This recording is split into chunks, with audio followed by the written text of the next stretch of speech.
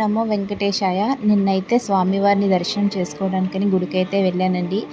మన ముడుపుల వెంకన్న స్వామి గుడికైతే వెళ్ళానమాట. వెళ్ళి ఆ స్వామివారిని దర్శనం అయితే చాలా బాగా జరిగిందండి.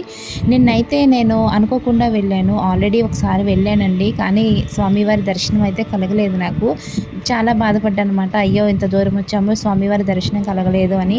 మళ్ళీ దండం పెట్టుకు, స్వామి నీ దర్శన భాగ్యం కల్పించు, నీవు అనుమతినివ్వు అని దండం పెట్టుకున్నాను.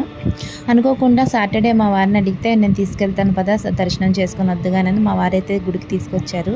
నాకైతే చాలా చాలా హ్యాపీగా అనిపించిందండి. స్వామివారి ముందు దీపం పెట్టాలి అనుకున్నాను, కానీ గరుడ వాహనం ముందు దీపం పెట్టుకొని ప్రదర్శన చేసి గోవిందనామాలు అయితే కూర్చొని చదువుకున్నానండి. ఆ గోవిందనామాలు చదివినంతసేపు స్వామి ముందు గోవిందనామాలు చదివితే మనసు ఎందుకో చాలా ప్రశాంతంగా, ఎంతో హాయిగా అనిపిస్తుందండి. గుడి నుండి బయటకు వచ్చినప్పుడు మీరు ఎప్పుడైనా ట్రై చేయండి. ఓం నమో వెంకటేశ.